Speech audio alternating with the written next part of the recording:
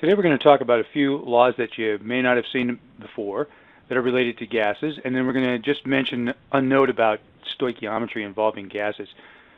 But we're going to start out today with a couple of quizkins. So what I'd like you to do now is stop the video, read through this question, give it an honest try, see if you can figure out which inert gas fills this 300 milliliter bulb at 685 torr and 26 degrees C if its mass is 1.45 grams. I'll give you a hint. Molar mass is how you might identify this. Well, a good way to identify this gas would be through molar mass. And molar mass, we know, is grams per mole. So we have to use the information that we have here to figure out how many grams are in a mole of this compound. One thing we know already is grams. We've really got that covered because they tell us that this sample weighs 1.45 grams. So if we can find a way to figure out how many moles are in the sample, we've got it made. And I think we can do that because we know the ideal gas law tells us PV equals nRT. If PV equals nRT, then that means N is equal to PV divided by R times T. So let's plug in the information that we have. First of all, our pressure can't be in torrs. It's got to be in atmospheres to go in the ideal gas law. So we'll take the pressure that they give us, which is 685 torrs, and we'll convert that into atmospheres. There are 760 torrs in 1 atmosphere. So to 3 significant figures, that works out to 0.901 atmospheres. So I'll put that in here for pressure.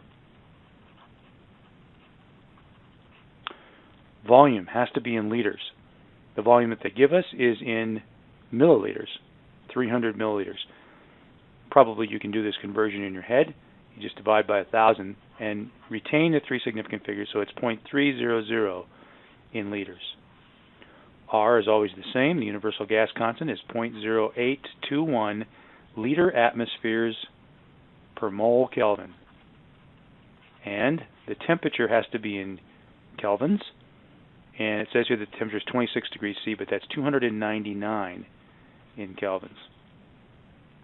Atmospheres are going to drop out of here. Liters will drop out, and kelvins will drop out, just like we planned. And this will give us a quantity of moles for this unknown gas. There should be 3 significant figures in my answer. It's 0.0110 moles. So to find the molar mass of this compound, I take the mass that they give me, which is 1.45 grams, and I divide by the moles that I also know must be in that sample, 0.0100, and this will give me 132 grams per mole. Here's a periodic table. I'll take a look at the noble gases and check out what their molar masses are. As I highlight each one, this block will pop up. There's helium, not anywhere close. Neon isn't either. Argon's too low. Krypton too low. 131.293 is really close to 132 grams per mole. So that tells us our unknown gas is xenon. Here's another one.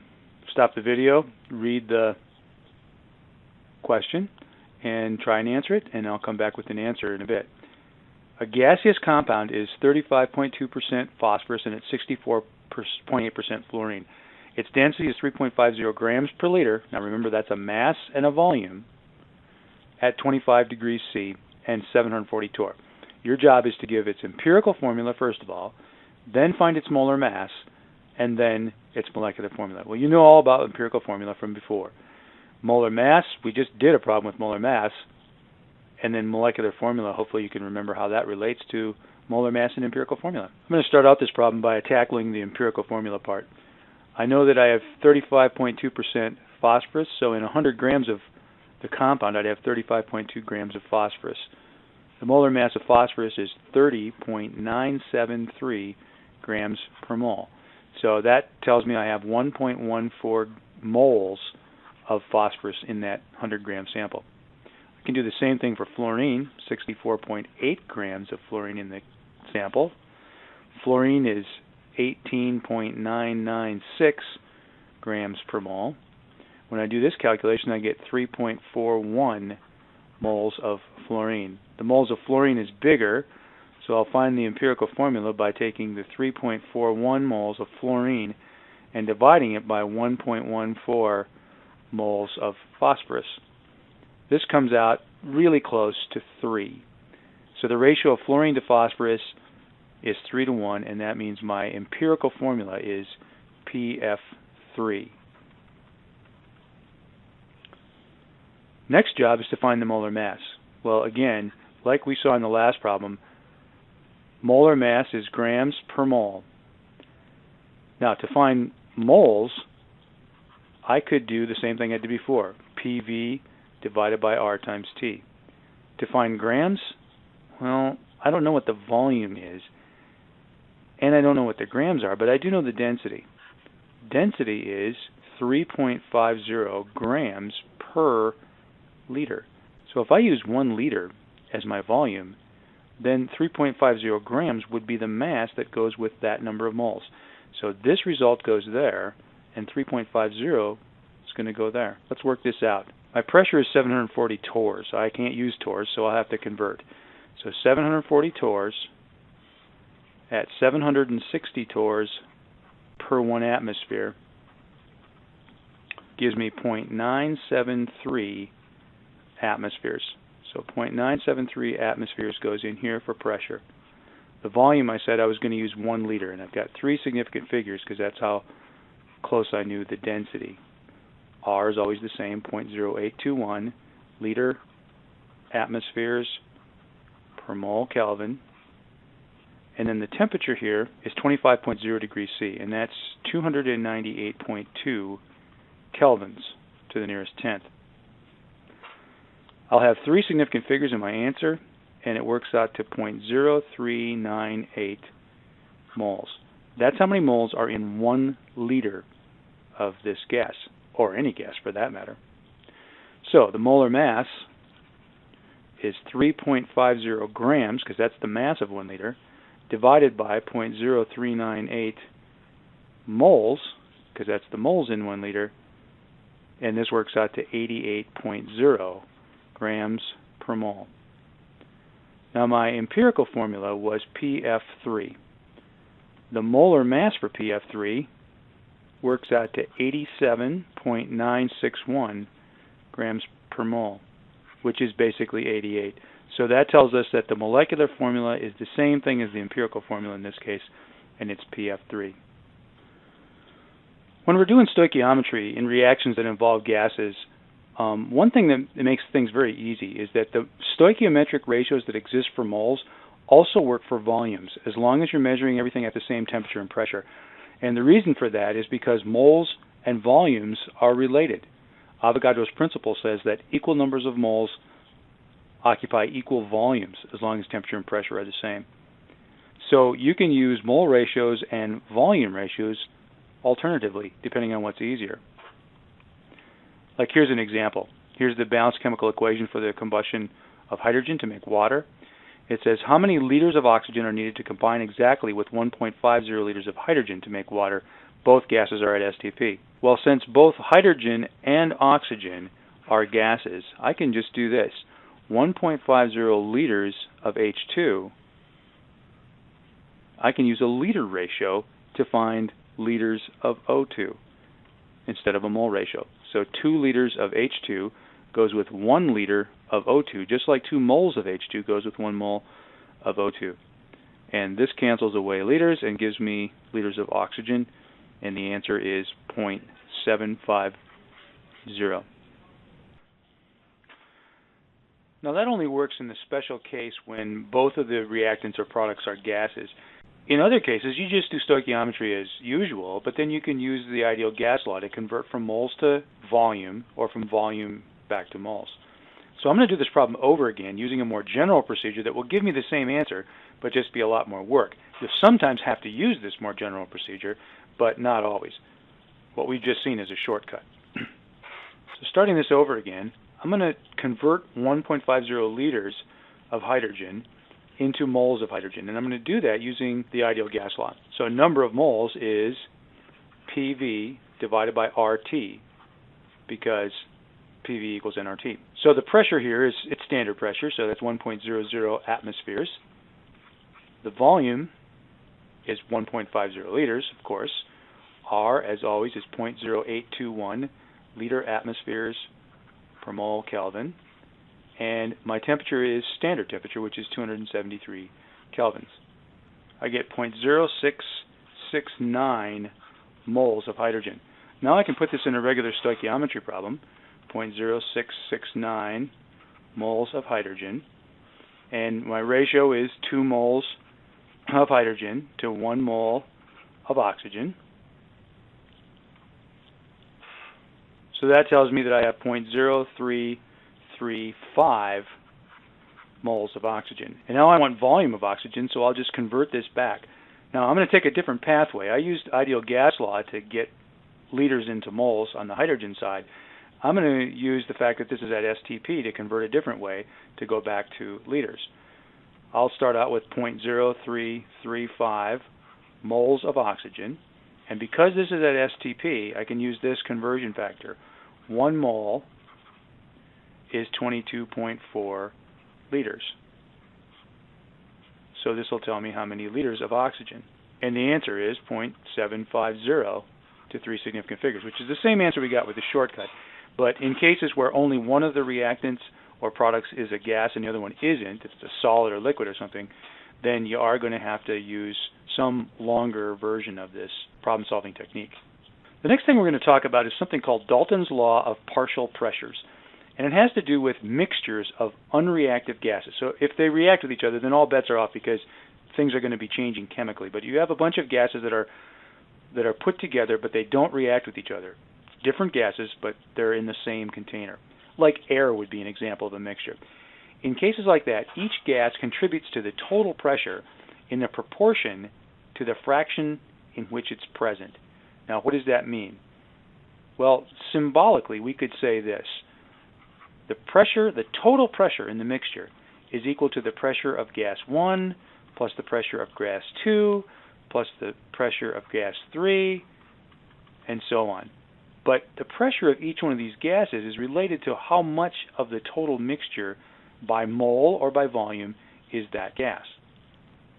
Another way of stating this using some more sophisticated math terminology would be to say that the total pressure is equal to the sum of all the individual pressures. So that's what this Greek letter capital sigma here means, sum of. You might have seen that before in a math class. It's just an abbreviation for add everything up that comes after this. So the sum of all the individual partial pressures is the total pressure. An application of this is with something that we call wet gases. Here's a picture of an experimental procedure where there's a tube coming in here, and this tube has got a gas flowing through it, and bubbles of this gas are coming up here and collecting up into this space. Well, this space includes that gas, whatever that gas is. It's being bubbled in here. But because there's a water surface below it, water is also evaporating. So you have two gases in there. And so the total pressure, according to Dalton's law of partial pressures, is going to be the pressure of whatever the gas is that's in there in bubbles, plus the pressure of the water vapor that's up there as well. That's an example of where Dalton's law of partial pressures is useful. Let's try and figure out this problem here. It says if a mixture that's at 760 torrs is 80% nitrogen and 20% oxygen, what's the partial pressure of the oxygen? Well, remember, Dalton's law of partial pressure said that the partial pressure of any gas depends on the fraction of the total mixture that is that gas. Well, this is 20% oxygen, so here's what we could say. 20 out of every 100 particles in there is oxygen particles. So that means it contributes 20/100ths of the total pressure. The total pressure is 760 torr, and so if we multiply 0.2 by 760, we get our answer. It's 152 torrs that's produced by the oxygen. The rest of it would come from the nitrogen. This idea that 0.2 is the fraction of the total gas that's oxygen is called mole fraction, and it has a name. Mole fraction, which is abbreviated capital X, is the ratio of the number of moles of a substance to the total moles. So symbolically, we could say this. Mole fraction is equal to the number of moles of gas A divided by the number of moles total, which is the sum of all the numbers of moles of all the individual gases in there. So that's mole fraction. So like we saw in the last example, gas A was oxygen, so that's 20, and the total would be 20 plus 80, so 0.20. How is mole fraction related to the concept of partial pressures? Well, as we saw in the example, the individual pressure of any individual gas is equal to the mole fraction for that individual gas times the total pressure. So let's solve this problem using that information. If the oxygen in a mixture at 1 atmosphere has a partial pressure of 145 torr, what's the mole fraction of oxygen that's in that mixture? Well, we know that the partial pressure of oxygen is going to be equal to the mole fraction of oxygen times the total pressure. So solving this equation for what we want, which is mole fraction, we get partial pressure of oxygen divided by total pressure. So now we plug in our information. 145 torr is the partial pressure of oxygen. The total pressure is 1 atmosphere, which in torrs is 760. So we make our units work out. Torrs drop out and we get a unitless number, which is what mole fraction is, and it's 0.191, which is like about 19.1%. Here's another miscellaneous law that we're going to throw in here, and this has to do with how fast gases can escape through an opening.